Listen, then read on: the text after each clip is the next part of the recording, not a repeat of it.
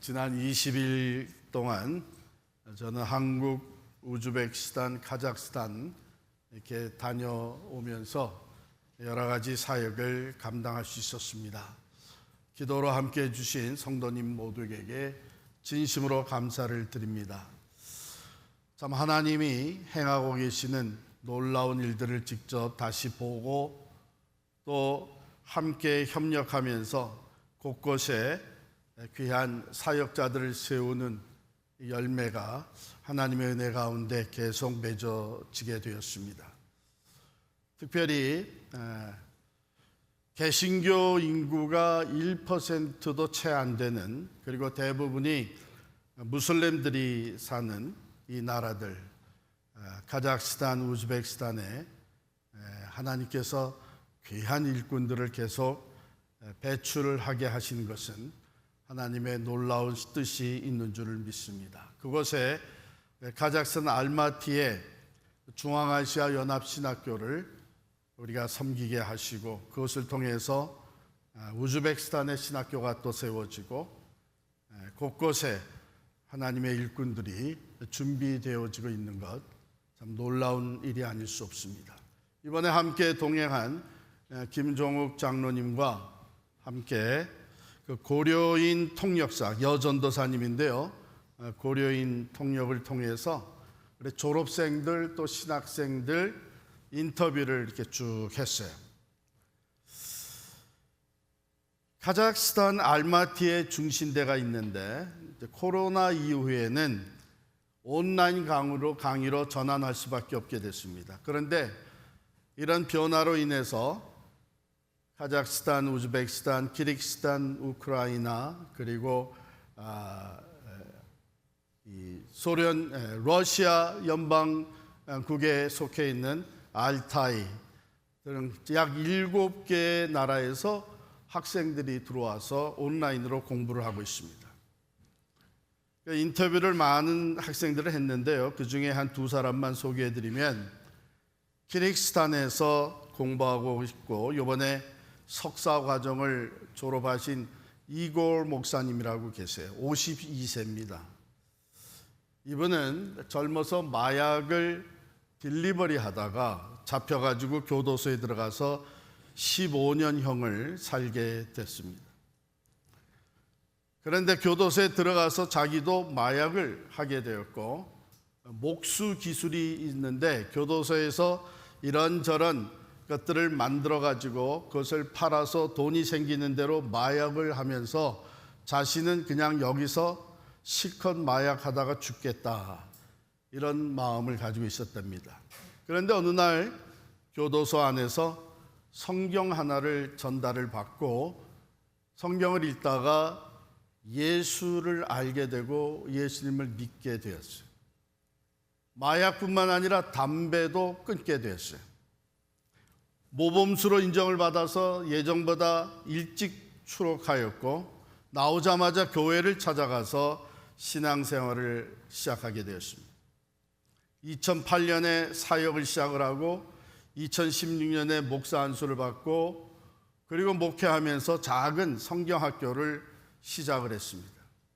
그러던 중에 내가 더 배워야 되겠다 해서 우리 중신대 입학해서 이번에 석사학위 마스터 오브 디비니티를 졸업하게 됐습니다. 이분의 비전은 어린이 사역, 청소년 사역이에요.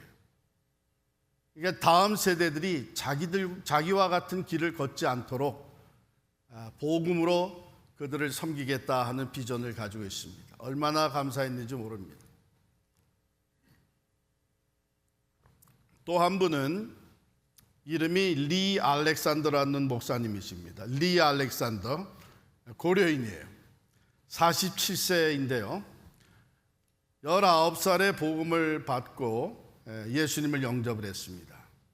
지금 사는 곳은 알타이, 러시아 연방공화국 중에 하나인 알타이에 사는데, 온라인으로 강의를 듣다가 내가 꼭 신학교에 직접 가봤으면 좋겠다, 졸업식에 직접 참석했으면 좋겠다, 그리고 이번에 진행되는 지도자 세미나에 꼭 참석해야 되겠다 해가지고 왔는데요, 그 거리가 얼마인가 하면 알마티에서 알타이까지는 1270km입니다.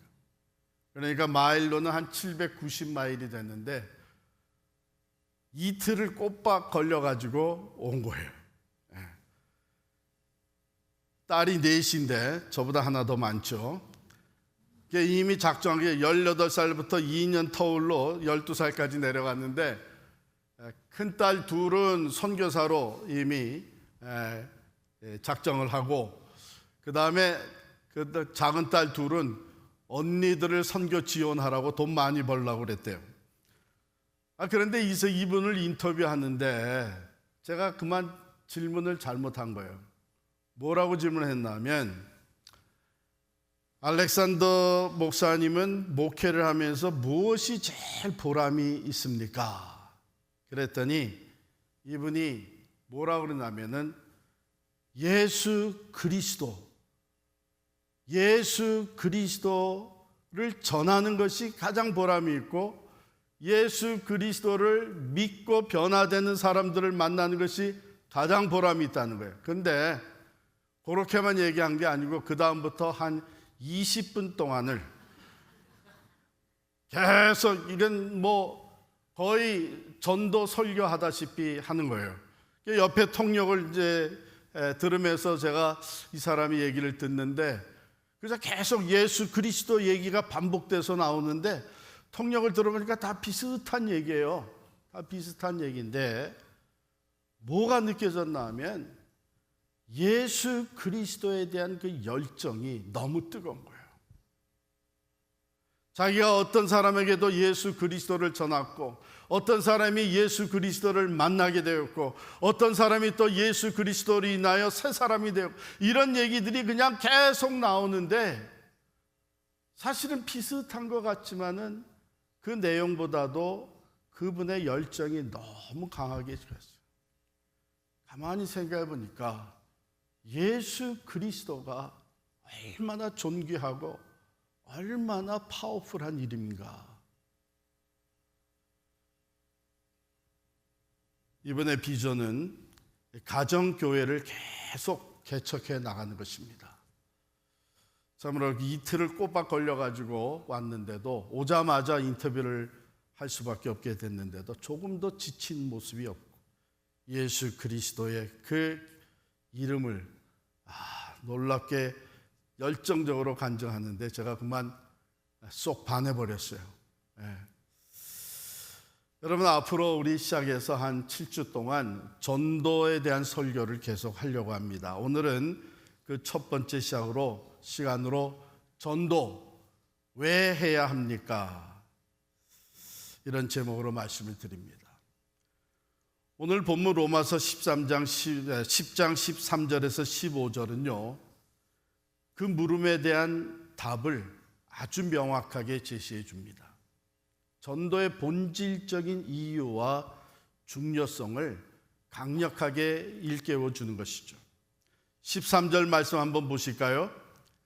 누구든지 주의 이름을 부르는 자는 구원을 받으리라. 복음의 핵심입니다. 예수 그리스도를 내 구세주로 고백하고 그분의 이름을 부르는 모든 사람은 구원을 받습니다. 인종이나 성별, 지위, 배경 아무 상관없습니다. 누구든지 예수를 믿으면, 주님의 이름을 부르면 구원을 받는다고 약속하신 거예요.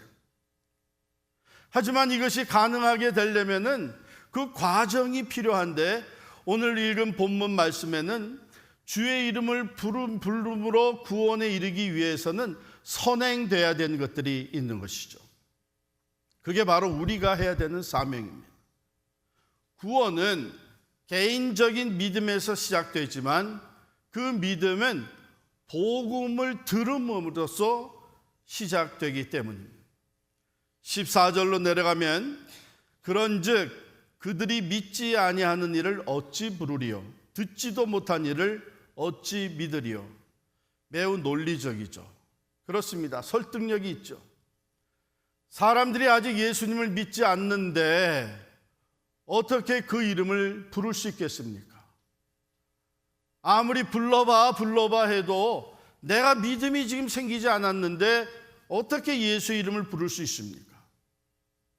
한 걸음 더 나아가서 예수님에 대해서 듣지를 못했는데 어떻게 그분을 믿을 수 있습니까? 불가능하죠. 우리가 누군가에 대해서 알지 못하면서 그를 신뢰할 수는 없는 거 아닙니까? 그러므로 여기에 들음의 중요성이 부각되는 거예요. 생명을 살리는 이 복음, 하나님의 능력인 이 복음이 먼저 들려져야 되는 것이죠. TV나 인터넷에서 아무리 좋은 물건을 선전하고 광고를 해도 그 광고를 보거나 듣지 못하면 그 물건이 존재하는 것조차 알 수가 없죠. 영적인 진리도 마찬가지입니다. 복음은 들려져야 합니다. 복음을 전하지 않으면 사람들이 복음을 들을 수가 없는 것이죠. 결국 믿을 수도 없고 구원을 받을 수도 없는 것입니다. 14절에 내려가면 바로 이 복음을 전하는 사명을 위해서 보내심을 받은 자가 반드시 전파해야 되는 것입니다. 14절 15절입니다. 전파하는 자가 없이 어찌 들으리요? 보내심을 받지 아니하였으면 어찌 전파하리요? 기록된 바 아름답도다. 좋은 소식을 전하는 자들의 발이여 함과 같으니라. 여기에 전도를 해야 되는 분명한 사명이 있습니다. 사람들이 들으려면 전파하는 자가 있어야 하는 것입니다.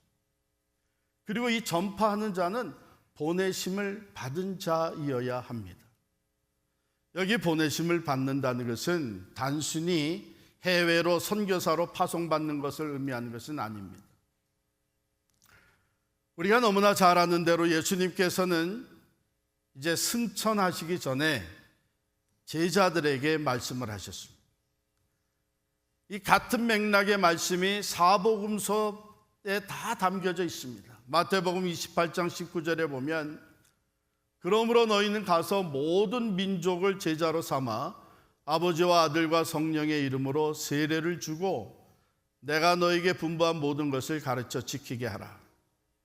또 마가복음 16장 15절에는 또 이르시되 너희는 온 천하에 다니며 만민에게 복음을 전파하라 명령하셨습니다. 누가복음 24장 17절 18절에도 또 그의 이름으로 죄 사함을 받게 하는 회개가 예루살렘에서 시작하여 모든 족속에게 전파될 것이 기록되었으니 너희는 이 모든 일의 증인이라. 요한복음 20장 21절 아버지께서 나를 보내신 것 같이 나도 너희를 보내노라. 여기 이 말씀들에 나오는 너희는이 이게 누굽니까?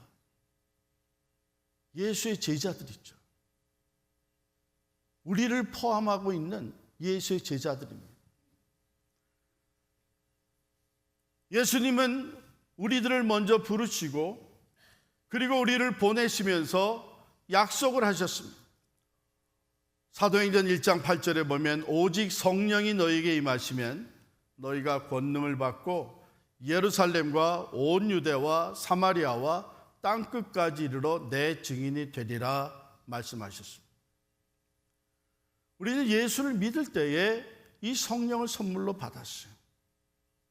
그리고 예수님은 우리를 부르시고 성령을 선물로 주시고 우리를 또 보내십니다.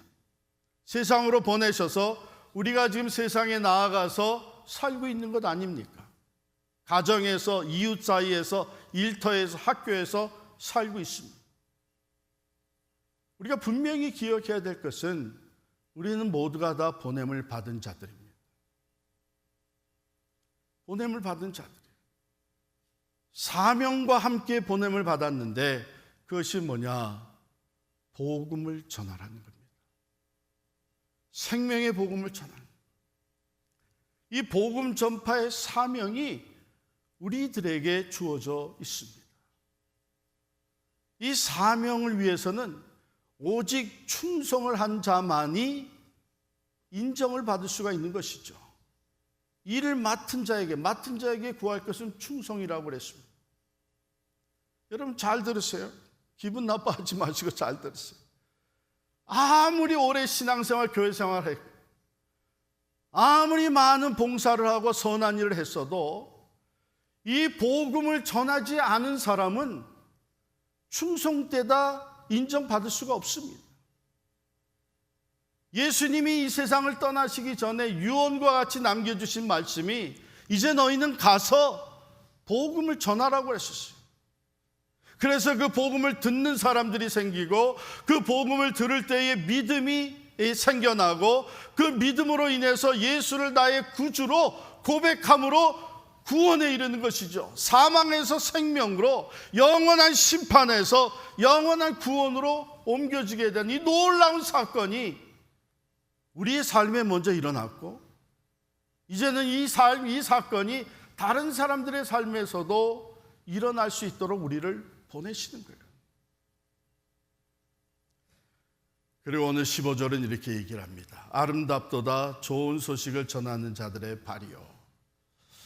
이 말씀은 구약 이사야서 52장 7절의 말씀을 인용한 겁니다. 이사야서는 주로 누구를 위해서 쓰여진 말씀이죠? 바벨론에 포로되어 갔던 이스라엘 백성들. 그런데 이제 아름다운 좋은 소식을 가지고 산 위에 오르는 사람이 있었어요. 그게 뭐냐? 이제는 이 노예, 포로의 시간이, 포로의 때가 이제 다 지나가고 하나님의 구원과 해방의 때가 찾아왔다. 이 메시지를 가지고 산에 오르는 사람들이에요. 이 메시지를 가지고 바벨론을 향하는 사람들이에요. 여러분 이게 얼마나 굿 뉴스입니까? 이제는 70년 포로의 시대가 다 지나가고 이제는 하나님께서 구원하시고 우리 이스라엘 백성을, 유다 백성들을 다시 회복시켜 주신다고 하는 이 해방의 메시지가 선포되는 것입니다. 마찬가지로 죄로 인해 죽어가던 영혼들이 영원한 하나님의 심판에 이를 수밖에 없는 인생들이 이제는 생명을 얻을 수 있는, 구원을 얻게 되는, 새로운 희망이 주어지는 이 메시지를 전하는 사람들의 발걸음이 가장 아름다운 발걸음이 된 것이죠. 하나님은 오늘 여러분과 저의 발걸음이 바로 이렇게 아름다운 전도자의 발걸음이 되기를 원하시는 것입니다. 한번 가만히 생각해 보세요. 이 복음을 가진 자로서 지난 한 주일 동안 누구에게 복음을 전했습니까? 아니, 지난 한 달 동안 복음을 전하셨습니까? 지난 1년 동안 누구에게 이 복음을 전했습니까? 여러분, 오늘날 우리가 조금 분별을 해야 되는 것이 뭐냐면, 나는 선한 일을 하면서 산다, 나는 착한 사역을 한다, 미셔널 라이프,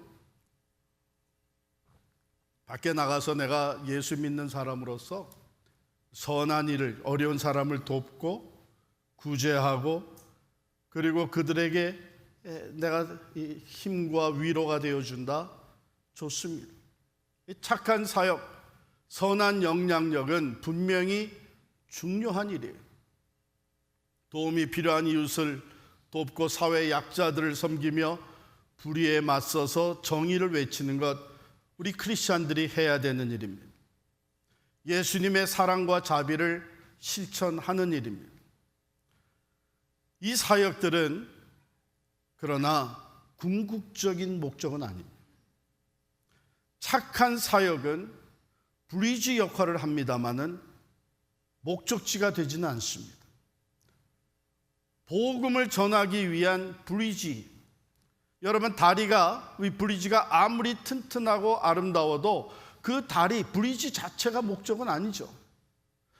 그 다리의 목적은 사람들로 하여금 이쪽 편에서 저쪽 편으로 건너갈 수 있도록 돕는 역할을 하는 거예요. 세상에서 천국으로 죽음에서 생명으로, 영원한 심판에서 영원한 구원으로 나아갈 수 있도록 그 역할을 감당하는 것이 불의지가 아닙니까? 착한 사역은 바로 그 불의지의 역할을 하는 것입니다. 그러나 궁극적으로는 복음을 듣게 해야 돼요. 불의지는 복음을 듣게 하는 통로가 되는 것이죠. 또한 착한 사역은요, 외적인 필요를 채워주지만 궁극적으로는 영적인 근본 문제를 해결하는 복음이 전해져야 합니다. 배고픈 이에게 식량을 주고 아픈 이에게 약을 제공하고 외로운 이에게 위로와 친구가 되어주는 것 매우 중요합니다. 하지만 인간의 가장 근본적인 문제는 굶주림이나 질병, 외로움이 아니지 않습니까? 가장 근본적인 문제는 죄로 말미암아 하나님과의 관계가 단절되어 있다는 것입니다. 그러므로 죽음에 처해 있다는 것입니다. 생명의 근원이 되시는 하나님으로부터 떨어져 나가 있기 때문에 영원한 죽음에 처해 있다는 것입니다. 그것을 배고픔을 해결해 줌으로 해결됩니까? 이 궁극적인 문제는 오직 생명의 복음인 예수 그리스도의 복음 안에서만 해결될 수 있는 것입니다. 세 번째로, 복음만이 영원한 생명을 제공합니다. 여러분, 우리가 이 세상에서 주고받는 모든 영향력은 시간과 공간의 제약을 받습니다. 도움을 주고받고 병에서부터 나음을 얻고 또 오래 살 수 있는 건강을 유지하고, 그러나 사람은 언젠가 다 죽습니다. 이러한 한계점에서 우리가 살고 있어요. 그렇다면 그 죽음 다음에 기다리고 있는 영원한 심판에는 어떻게 나아갈 것입니까? 죽음 다음에 둘로 나눠지는데, 하나는 천국이요 하나는 지옥이 될 수밖에 없는데, 그 문제는 무엇이 해결해 줍니까? 영원한 생명에 이르는 길은 오직 예수 그리스도의 복음밖에 없습니다. 그러므로 예수 그리스도를 믿는 자는 죽어도 살겠고 영원히 죽지 않을 것이라고 말씀을 하셨습니다. 요즘 우리 그리스도인들이 전도하는 것에 대해서는 상당히 주저하면서 대신 나는 이런 착한 일, 나는 이런 봉사, 이런 걸 많이 한다고 그것으로 오히려 크레딧을 받으려고 하는, 물론 그거 중요합니다. 그러나 그것으로 끝나서는 안 되는 것이죠. 우리가 착한 사역을 하는 것은 궁극적인 목표, 즉 복음을 듣고 예수 그리스도 안에서 구원과 영생을 얻게 하는 데 필요한 수단이 되는 것입니다. 반드시 예수 그리스도의 복음이 들려져야 합니다. 그러므로 우리는 착한 사역도 잘 감당하고, 그리고 궁극적으로 복음을 전파하는 이 두 가지가 조화롭게 이루어져야 합니다. 왜 전도해야 합니까? 오늘 말씀 우리에게 구체적으로 명확하게 보여줘. 첫 번째, 구원은 주의 이름을 부르는 자에게 주어지기 때문입니다. 두 번째, 주의 이름을 부르기 위해서는 반드시 복음을 들어야 하기 때문입니다. 세 번째, 복음을 듣기 위해서는 우리처럼 보내심을 받은 자들이 반드시 복음을 전파해야 합니다. 세상은 이 복음을 필요로 하고 있습니다. 많은 영혼들이 어둠 속에 복음을 듣지 못하고 방황하고 있습니다. 하나님은 이제 우리들이 아름다운 발이 되어서 참 복음을 전하는 보냄을 받은 자로서의 사명을 잘 감당하는 아름다운 발걸음이 되기를 원하십니다. 여러분은 오늘 이 말씀을 듣고 누구에게 복음을 전하시겠습니까? 이제 모든 사람에게 복음을 전해야죠. 그러면 얼마나 좋겠어요. 그것보다는 오늘 이 말씀을 들으면서 생각나게 하는 사람, 하나님이 나를 보내신 곳에서 이 복음이 필요한 사람, 나를 보내신 곳은 아무데가 없는데요. 저는 아직 선교지로 나가지를 않았는데요. 그래서 하나님이 여러분을 여러분의 가정으로 보내십니다. 하나님이 여러분을 여러분 이웃 가운데로 보내셨습니다. 하나님이 여러분을 우리 학교로 또 일터로 보내셨습니다. 우리가 미셔널 처치, 미셔널 라이프에서 늘 하는 말이 뭡니까? 거기가 나의 선교지.